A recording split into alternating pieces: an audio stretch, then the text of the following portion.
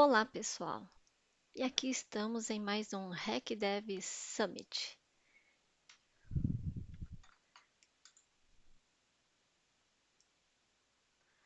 Hoje o tema que eu trago é sobre como empoderar os desenvolvedores, os devs, com a ferramenta SonarQube. Afinal, quem não quer ser cada vez melhor, certo? Então, para quem não me conhece, eu sou aqui da área de TI há mais de 25 anos, trabalhando aí em grandes empresas do setor bancário e de seguros, né? Falo muito sobre qualidade, DevOps e agilidade. Sou palestrante, voluntária também em vários eventos de TI, professora na XP Educação, curadora e escritora de livros também, e gosto de tocar piano, adoro bordados e origami. Ano passado eu fui agraciada com esse prêmio internacional, de DevOps, e esse ano também com o time falando sobre como transformar talentos dentro da empresa, tá bom? Quem quiser compartilhar aí ou verificar, tem aqui os links de onde saíram essas informações, tá bom? E aqui a nossa agenda, né? Vamos falar sobre quais problemas de software queremos evitar, né? O que fazemos para isso e a sua melhoria contínua. Bom, como é de saber, problemas de software acontecem sempre, só que não é isso que a gente quer. Nós somos criadores e também somos utilizadores de nossos softwares, certo? Então, o que que vem na nossa mente, né? Em primeiro lugar, o cybercrime. Isso é cada vez mais recorrente. É um problema, ninguém quer que os seus dados sejam vazados, suas contas sejam invadidas e o seu dinheiro, de repente pode sumir. É muito importante a gente ficar de olho em como a gente faz essas nossas entregas. Trago aqui um pouquinho dos números, de cyberataques, baseados em dados de 2020, 2021 e onde grandes focos, até uma informação bem relevante é que, incrivelmente, os maiores ataques foram em cima de educação e pesquisa. 75% é um número muito impactante. Aí, em segundo lugar, governo e militar, e depois comunicações. No Brasil, esse aumento foi de 77%. Vejam aí que pegou o tempo da pandemia, e atacou muito essa parte, tanto das empresas de varejo quanto atacado.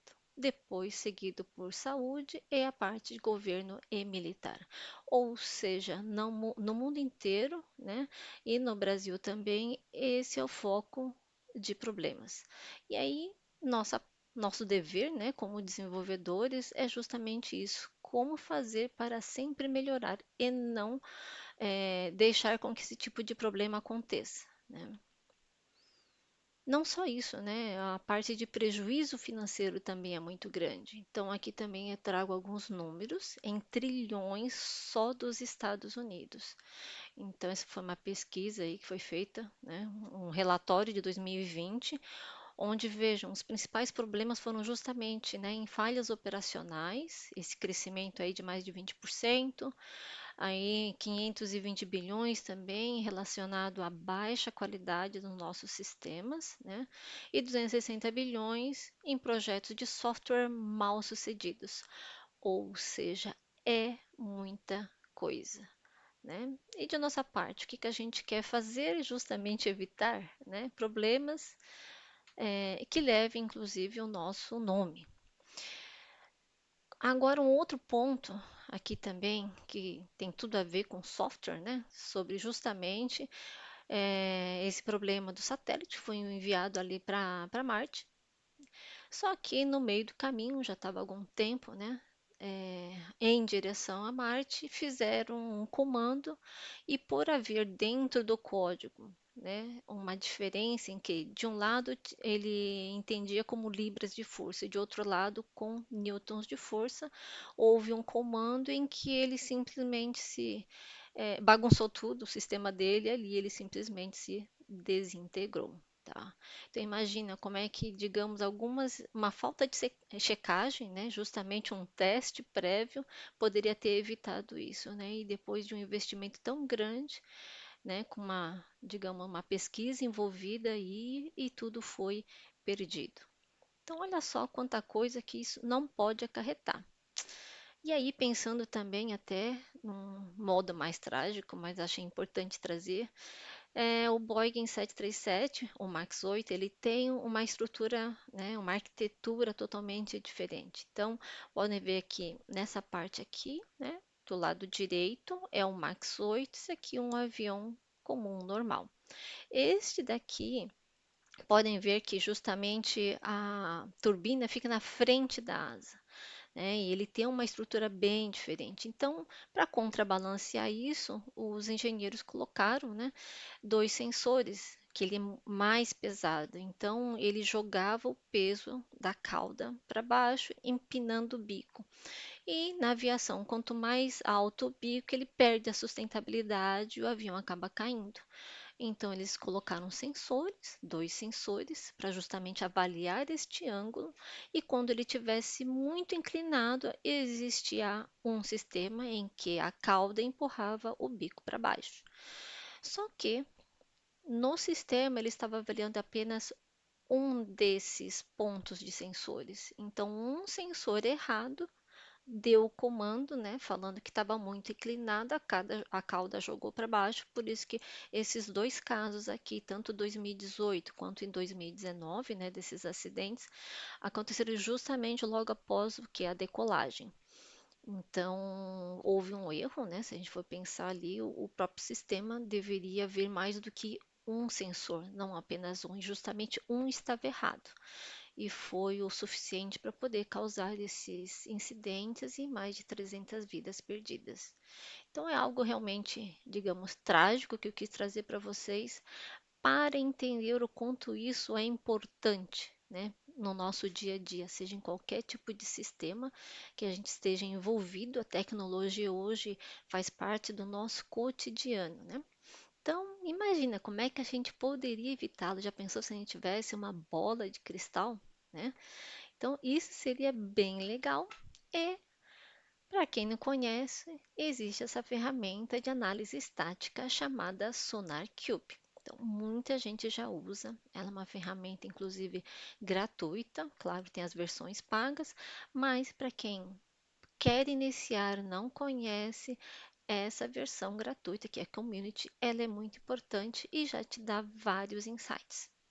Tá? E aqui, como um navio pesqueiro, é que ele consegue não só olhar onde tem, né, as pedras, as rochas, para ele poder evitar, assim como ele, se ele quiser pegar uns peixes, ele vai trazer aonde tem os maiores cardumes, certo?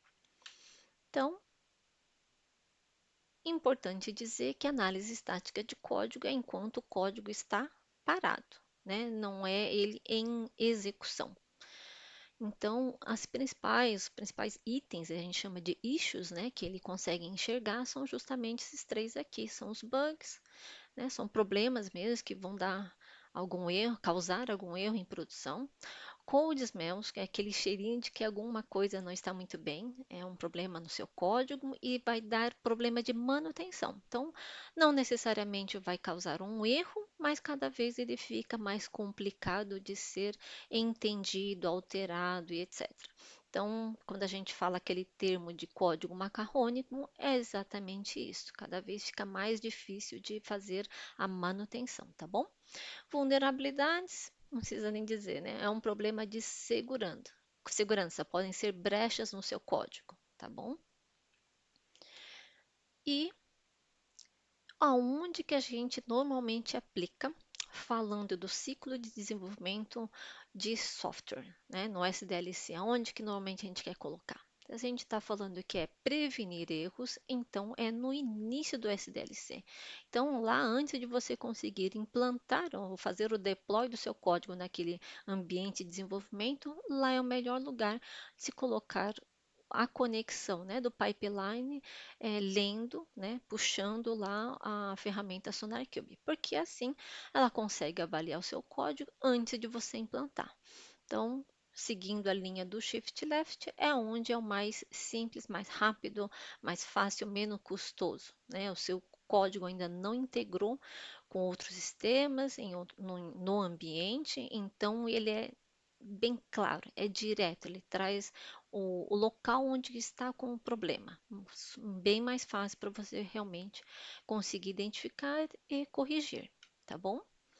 Então, o que eu costumo dizer é que justamente nesse momento em que a gente empodera os devs, porque os devs, toda vez que eles tiveram seu bloqueio no pipeline, ele cometeu aquele erro, ele, putz, ele não sabia, né? Nenhum dev é obrigado a conhecer todas as melhores práticas de desenvolvimento de software para várias tecnologias. Então, essa ferramenta, né, uma mão na roda, porque ela está sempre, digamos, atualizada, tem sempre alguém trazendo essas melhores práticas para várias linguagens. Cada vez tem mais linguagem, e claro que acima da versão gratuita tem mais linguagens ainda, tá bom? Então é isso que empodera o dev, que ele erra uma, duas, três, na terceira, quarta, quinta vez ele já aprendeu a não cometer mais aquele erro, certo? Ele vai ficando cada vez mais rápido até na sua programação, então isso aumenta a sua produtividade.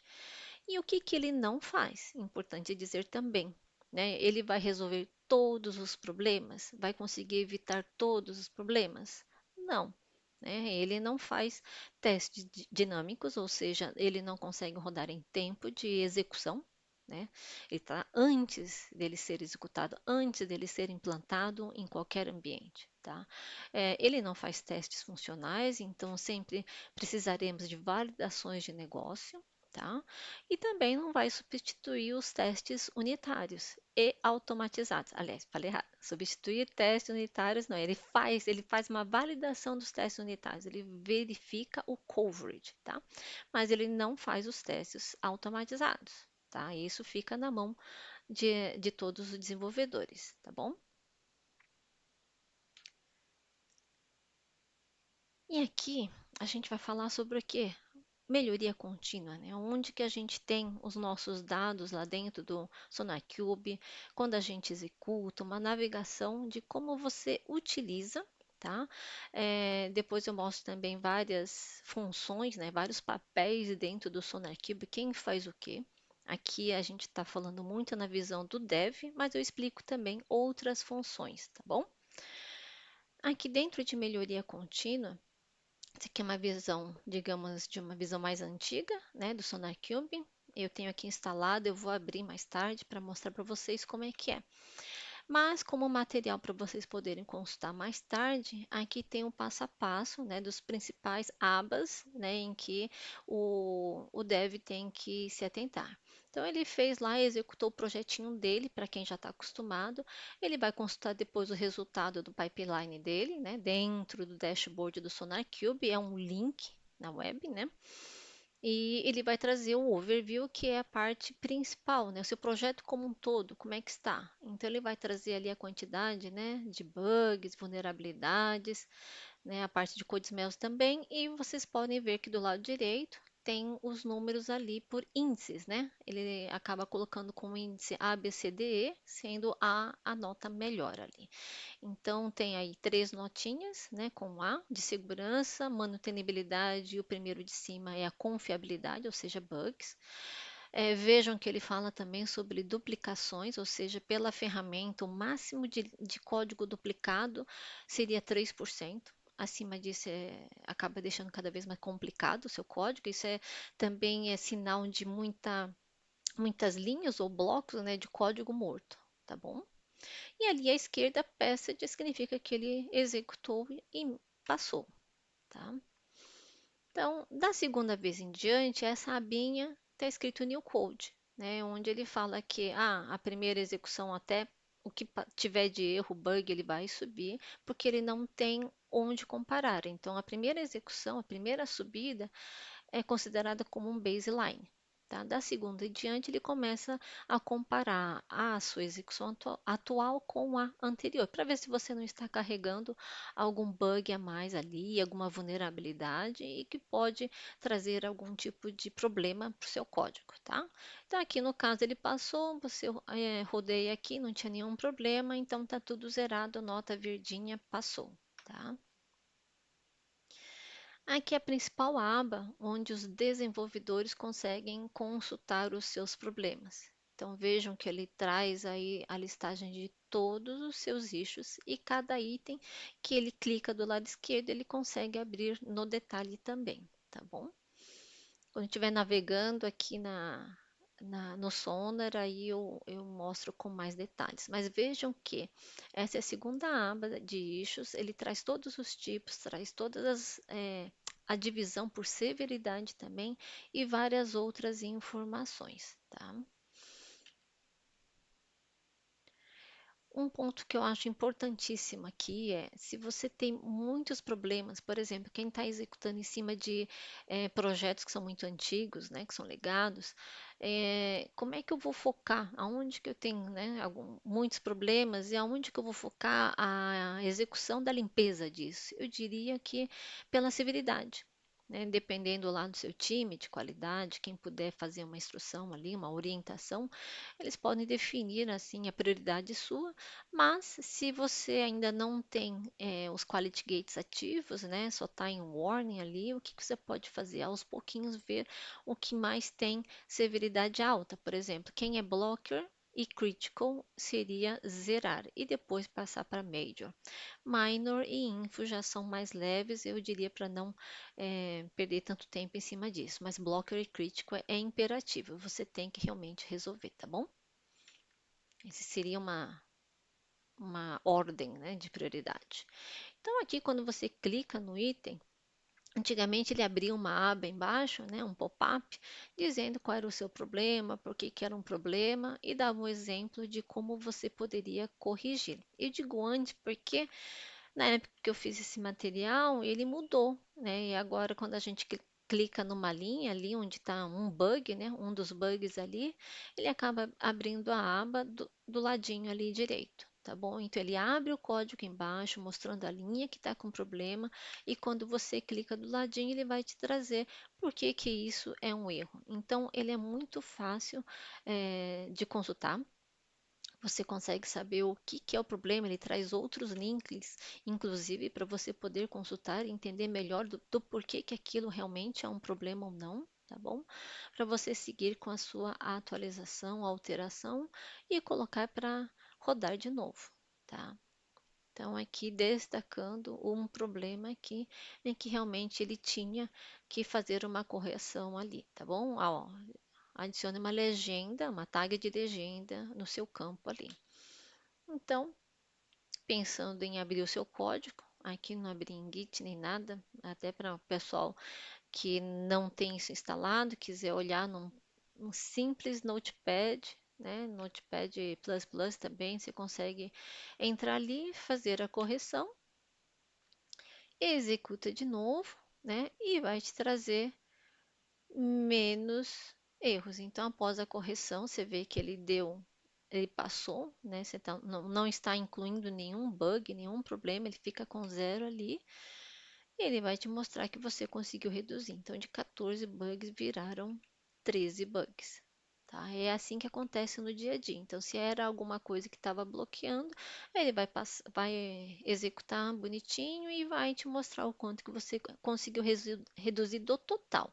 Então, na última execução, que é o new code, ele mostra zero, mas ali no overall code de 14 mostrou a redução para 13.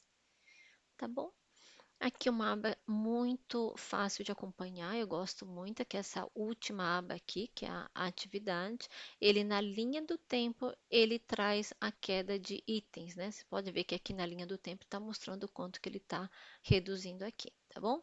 E aqui também é um lugar que você consegue consultar outros tipos de informações dentro dessa abinha de gráfico, tá bom? Aqui Temos ainda a aba de projetos, ou seja, quem tem execução vai ter vários links aqui, quem está na empresa ou quem mesmo que está em casa, né? Quem faz um trabalho aí externo vai ter todos os jobs que ele rodar, ele vai ter os resultados aqui. Então, na lista de projetos, você consulta todos aqui. Se você quiser favoritar para olhar só de um determinado projeto, favorita, ou você faz a pesquisa aqui em cima para poder filtrar, tá bom? Isso ajuda bastante também nas consultas. E aqui a última parte, falando sobre Quality Gate. É onde a gente consegue definir, né, o que a gente vai bloquear nas nossas execuções. Seja você desenvolvedor em casa, né, que trabalha para empresas externas, ou para quem está numa empresa, é aqui que o pessoal de qualidade normalmente faz a definição.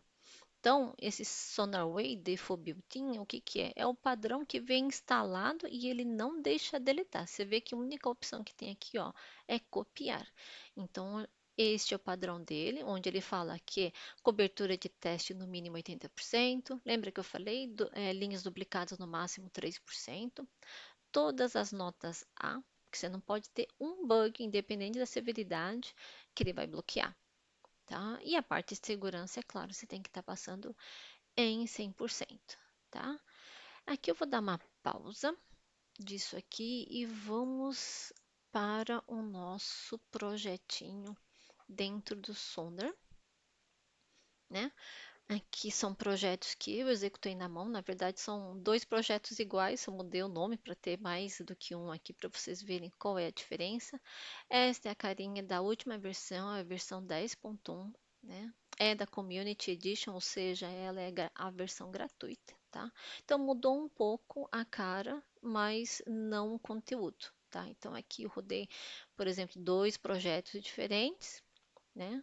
Que na verdade não são diferentes, mas aqui ao lado esquerdo vocês conseguem ver várias coisas.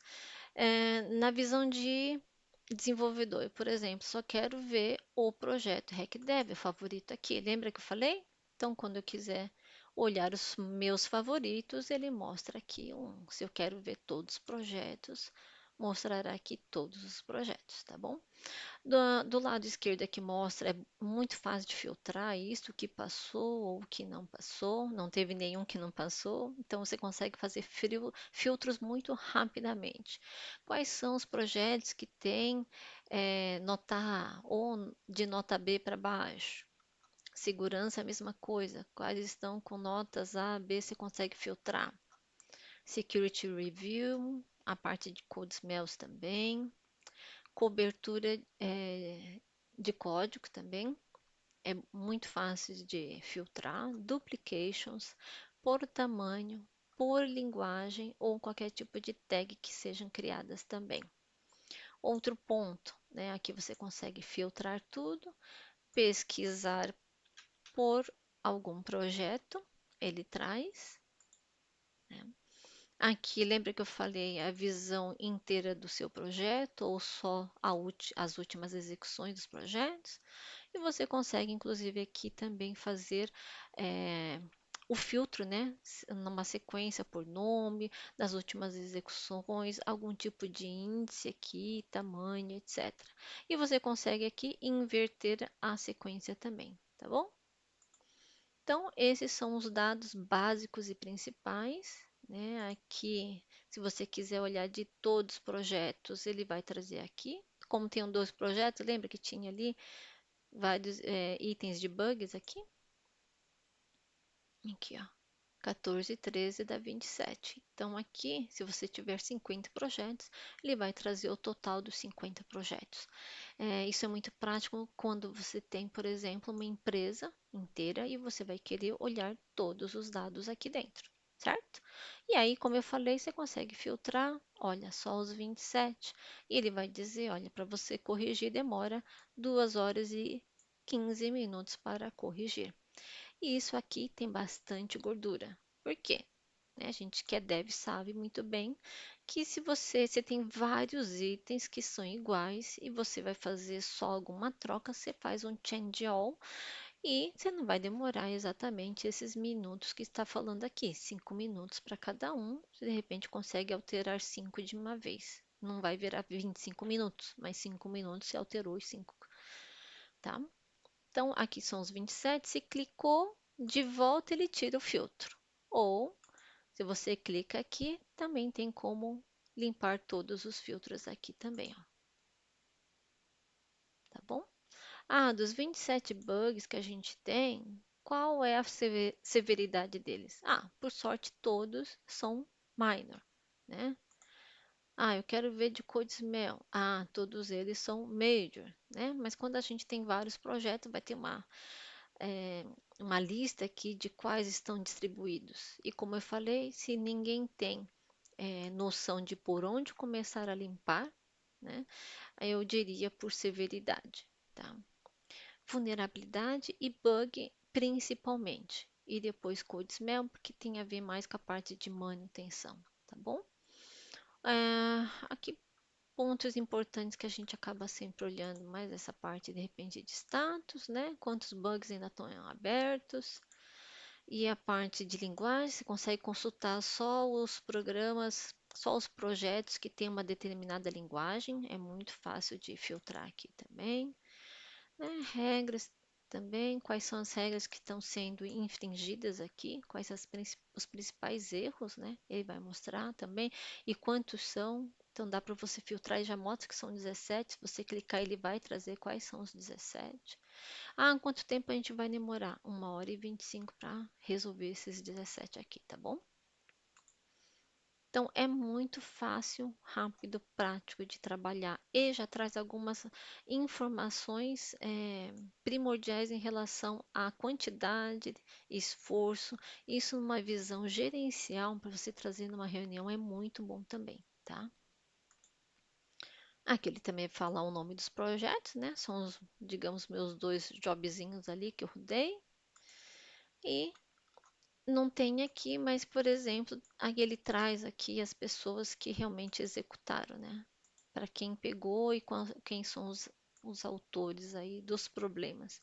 Então, ele também acaba filtrando por pessoa que mais está trazendo issues para dentro da organização, tá bom?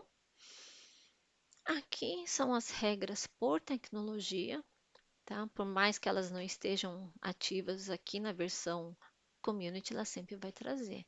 Por exemplo, aqui está listado do maior para o menor, Java é o que mais tem regras listadas.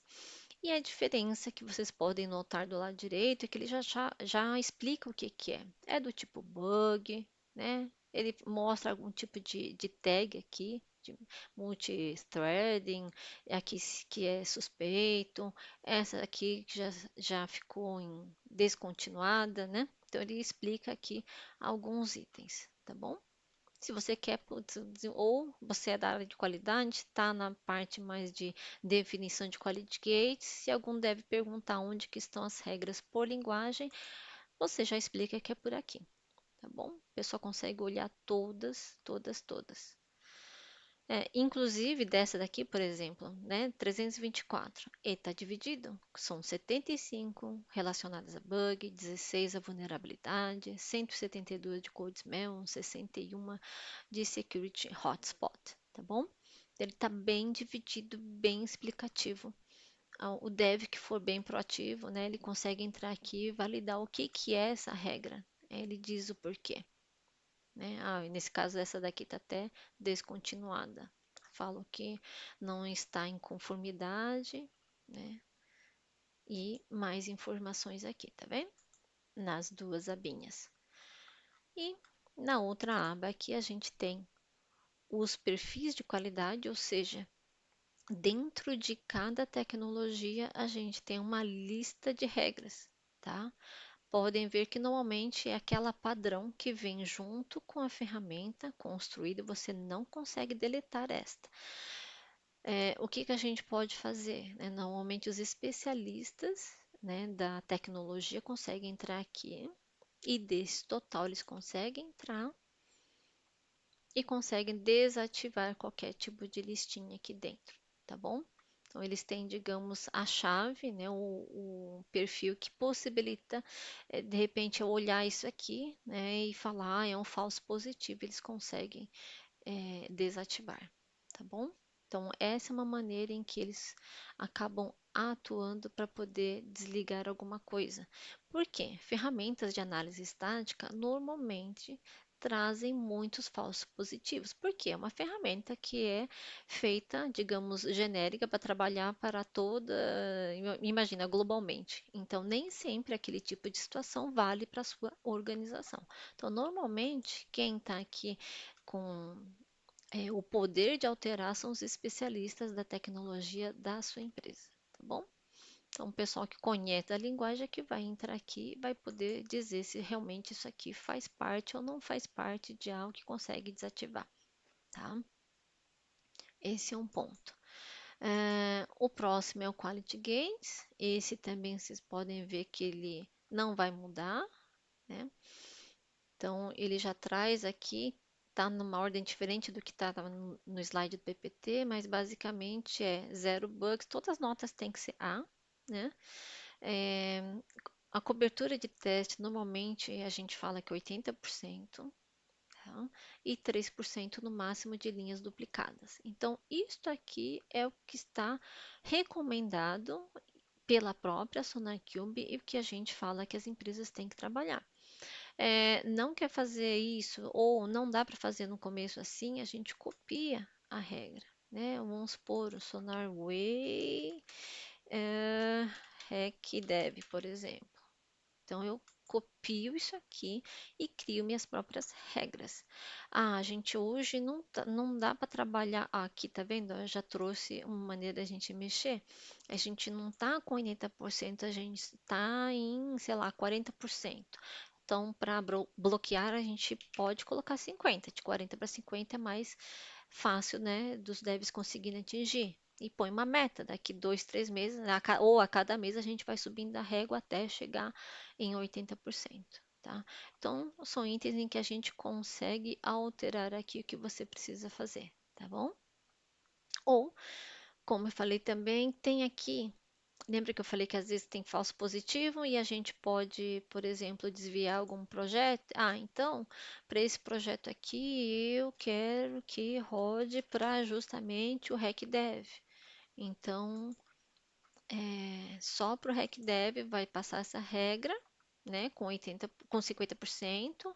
Todos os outros projetos, a gente pode fazer isso dentro do pipeline, desviando para o default é passar esse daqui.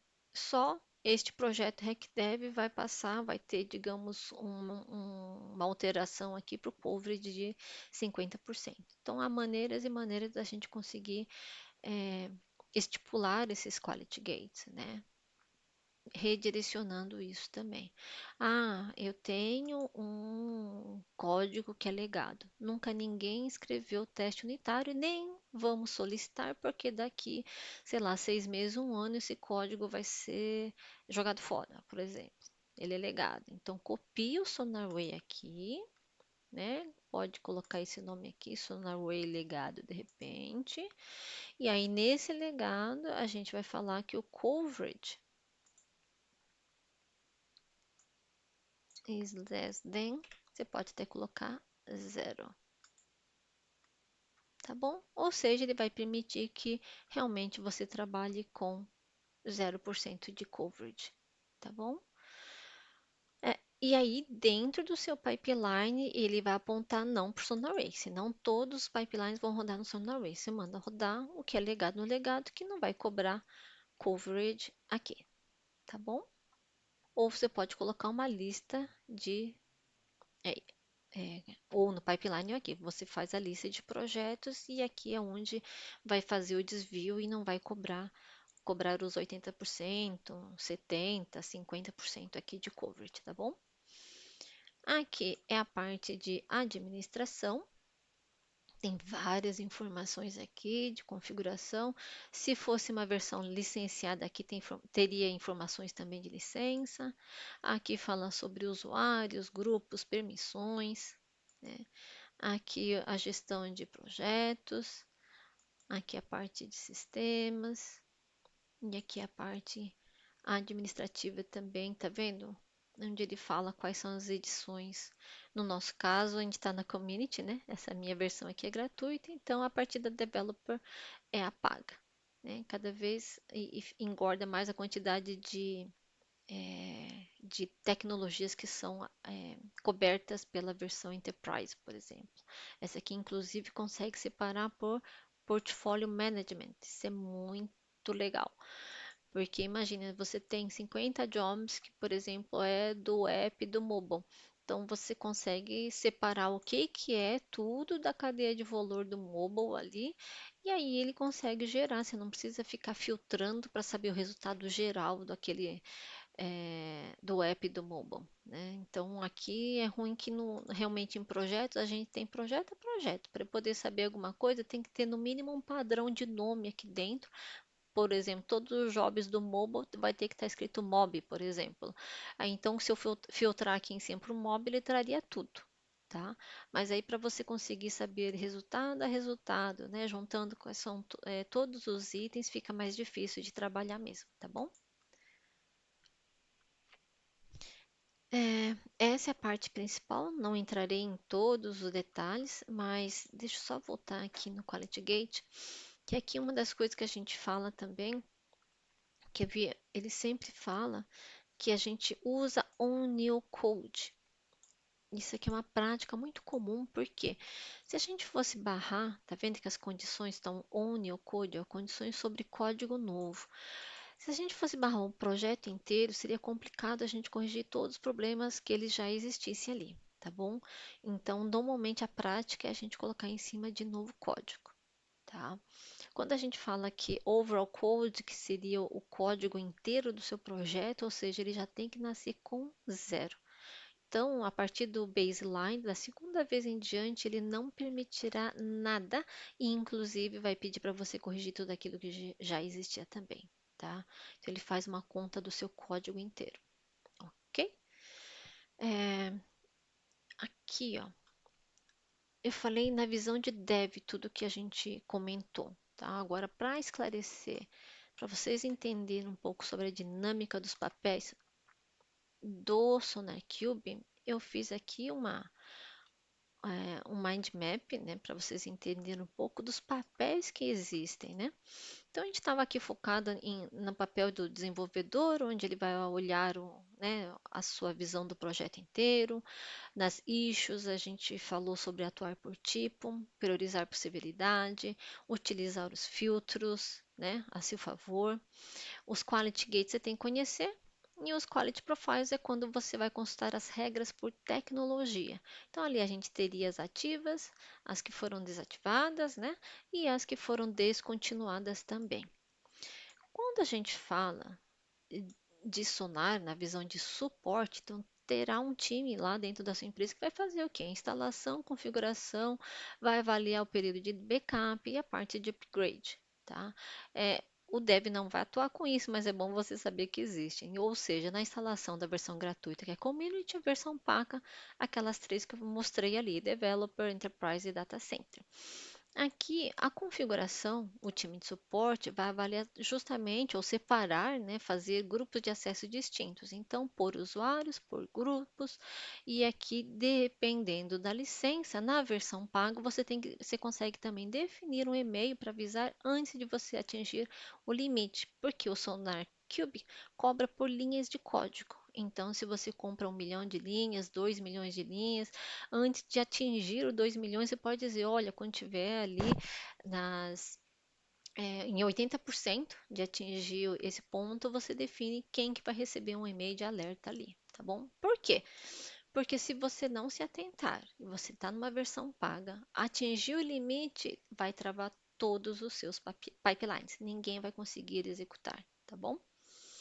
Backup também é importante para saber quanto tempo você deixa essas informações, principalmente na versão paga, porque vai chegar uma hora que a gente atinge e você vai querer deletar as execuções antigas. Então, essa parte backup também tem que ser vista pelo time de suporte, alinhar com o time de sistemas e definir aonde que eles vão fazer de repente um corte. Ah, quem não executou há 3 meses para trás, vamos deletar tudo que tem aqui, tá bom?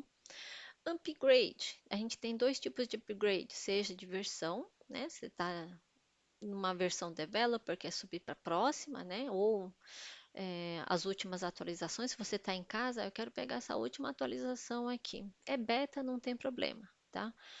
Só diria que quando é uma versão paga, a gente sempre atualiza para uma versão LTS, que se chama Long Term, né? Que significa Long Term Support, tá? Não utilize essas versões intermediárias, é que elas são como se fossem versões betas, aí pode dar problema aí para sua empresa, tá bom? Linhas é quando você está numa versão paga e realmente você está atingindo aquele limite, alguém tem que ver o contrato, né, rever, refazer o contrato para poder fazer o próximo pulo aí. Se está de 1 milhão vai para 2 milhões que eu saiba, depois o pulo é para 5 milhões. E de 5 milhões vai para 10, e a partir de 20 milhões eu diria que não vale a pena manter a versão Developer, e sim a versão Enterprise, tá bom? Porque já tem o custo-benefício é uma diferença muito pequena. Da última vez que eu vi, estamos US$ 2.000 de diferença e a Enterprise é muito mais rica de funcionalidades, né? Principalmente aquela parte de portfólio que eu falei. Dá até para mandar e-mail daquele portfólio, daquela avaliação para as pessoas, para os gestores também. O time de qualidade, o que que ele vai fazer? Normalmente são eles, né, que definem os quality gates. E os quality gates, como eu falei, podem ser definidos, seja por tecnologia, por projetos, diferenciação por legado, quando é que a gente vai subir a régua, né, de 10 em 10%, e overall code é a visão de projeto inteiro e visão também só sobre o código novo, tá bom? São eles que vão aqui avaliar os resultados, né, comparar o baselines e as novas evoluções, verificar se tem divergências, aí ver se tem alguém fazendo bypass ali, né, maneiras de melhorar. E a parte das prioridades também em relação à atuação dos devs. Então, eles podem definir, não vamos bloquear por aqueles índices, vamos bloquear qualquer coisa que esteja com blocker. Pode ser uma saída também. Aí, depois eliminar os blockers, acrescenta critical, né? E assim por diante.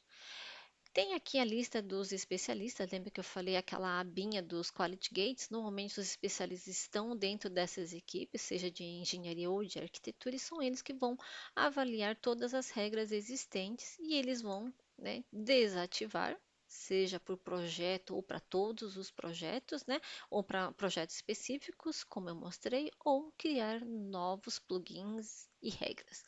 Aqui, normalmente não é recomendado fazer. Às vezes pela urgência é feito, mas o recomendado é abrir um chamado para o Sona.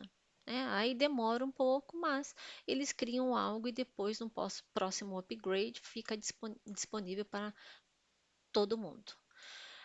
O time de segurança também. Lembra aquelas regras de segurança, security e security hotspots? Ou seja, eles revisam essas regras e eles fazem a mesma coisa que para as outras regras, né, que os engenheiros e arquitetos também vão fazer. Eles vão desativar, seja para todos os projetos ou para alguns específicos, ou até criar novas regras também, como eu disse, recomendado também abrir o chamado aí para o time do Sonar, tá bom? Então aqui um overview de todas essas, digamos, papéis e responsabilidades de times diferentes, né? Então, eu falei muito para a parte de dev, mas é importante vocês saberem esse mundo, né, que é grande, né, pensando aqui em todas essas abas que eu falei, né, perfis de qualidade, quem vai definir para poder, né, os especialistas vão definir se desativa ou não alguma regra. Qualidade vem aqui e define quais tipos de regras podem ter, né, a limitação, etc. E a parte administrativa, normalmente, é o pessoal aqui de suporte que vai ficar de olho nesses itens e vai ajustar conforme os times ali. Então, é possível dar esse time que vai fazer o suporte, que tem admin da ferramenta, então consegue liberar acessos específicos para alguém de qualidade ter acesso só nos quality gates, alguém de especialistas, né? Um grupo só para eles poderem alterar isso aqui. Todo o resto da plataforma fica na mão do pessoal de suporte, tá bom? Isso também pode ser até ponto de auditoria, quando muitas pessoas têm acesso à mesma plataforma, é complicado, então é bom dizer, é importante dizer que você deve criar um processo, né, de alguém abrir um chamado para o time de suporte fazer qualquer tipo de ajuste, né, do que tem aqui dentro da plataforma, tá bom? De repente, nem liberar os acessos por grupos de acesso, né, dependendo da empresa, né, não vai deixar fazer isso, fica tudo na mão de um único time para alterar. As pessoas aqui, time de qualidade, eles abrem um projeto não chamado, para poder fazer qualquer tipo de alteração. Ah, cria um Quality Gate novo, com tais configurações. Só o projeto legado vai rodar e com zero de cobertura. Ah, para o projeto tal, faz um outro em que o coverage fica 50, como eu falei. Então, tudo isso pode ser determinado por equipes distintas, tá bom? Então, é isso que eu tinha que mostrar. Deixa eu ver. E voltando aqui, então, para o nosso material. Então, aqui falei sobre as estratégias, né, da gente conseguir executar. Opa, passou. Voltando aqui. Executar sem bloquear, até para a gente avaliar o baseline dos projetos. E aí o time de qualidade olha os resultados e vai alinhar o jogo com o time de sistemas. Olha, a gente está lá em 50. Daqui 1, 2, 3 meses vamos subir para 60, 70 e assim por diante. Então, subir a regra é primordial, tá bom? E fazer essas comunicações com todo mundo, tá? Então, fechando aqui a parte de estratégias com seus times, né? Quem é do time de qualidade. Importante falar também sobre os links, né? O SonarLint também é uma parte do Sonar Source, em que fala sobre a gente ter código limpo, iniciando na sua IDE. Então, ele em tempo de codificação vai trazer o que você está criando ali de bug, vulnerabilidade ou de code smell, tá bom? Então, é bem tranquilo de utilizar, é um plugin que você ativa dentro da sua IDE e ele também é grátis, tá bem? É importante dizer que é possível também colocar o seu SonarLint apontando para as regras do SonarQube da sua empresa. Como fechamento aqui da nossa palestra, espero que tenham gostado e realmente dizer que essa parte de trabalhar em conjunto para o bem da qualidade, da segurança do seu código é algo que tem que envolver todos os times, tá bom? Em todos os níveis. Aqui, o infinito do DevOps, ou seja, a gente tem que fazer tudo e voltar para o começo, né? Sempre melhorando, né? E aqui algumas indicações de leitura. Aqui no QR Code tem o Microsoft Learning, que fala sobre os desafios da qualidade contínua, tá bom? E uma frase final que eu deixo com vocês, que é: melhorar o trabalho diário é até mais importante do que fazer o seu trabalho diário, tá bom? Muito obrigada. E aqui está o meu LinkedIn.